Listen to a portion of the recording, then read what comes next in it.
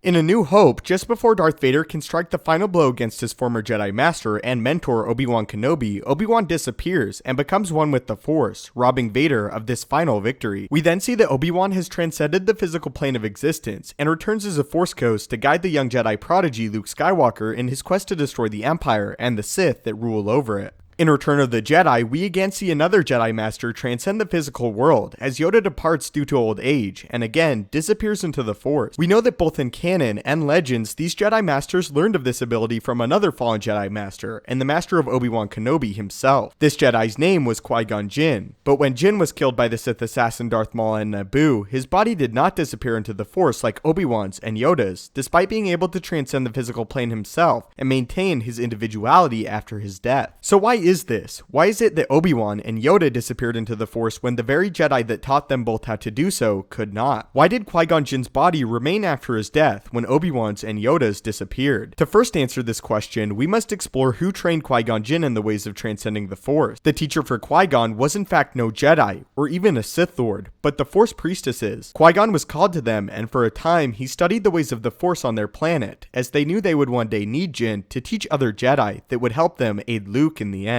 Unfortunately for Qui-Gon Jinn though, he was called to discuss trade matters above Naboo with his apprentice, before his training was ever complete. Because of this, Qui-Gon only attained pieces of how to return after death. Following this, Jinn was caught in a war far beyond his control, as the Sith Master plan began to come together. Qui-Gon in many ways was the first major casualty of the war that would soon take place, as the returned Sith butchered him in front of Kenobi on Naboo. But despite not fully completing his training, Jinn still had some. This training allowed him to maintain his individuality, but he could never actually physically appear before anyone after his death, as his knowledge was not enough to do so. The only exception of this is when Jinn was in places extremely strong with the Force, known as Force Nexuses. In these rare locations, such as Mortis, where Jinn spoke to Obi-Wan, he could manifest himself physically. Other than this though, Jinn could still speak to the living even if he could not appear before them. In fact, he attempted to reach out to Anakin Skywalker, most notably before he mercilessly killed the Sand People for the murder and torture of his mother on Tatooine. Grandmaster Yoda would later talk to Jinn when discovering the priestesses for himself, as Jinn taught him how to transcend the physical plane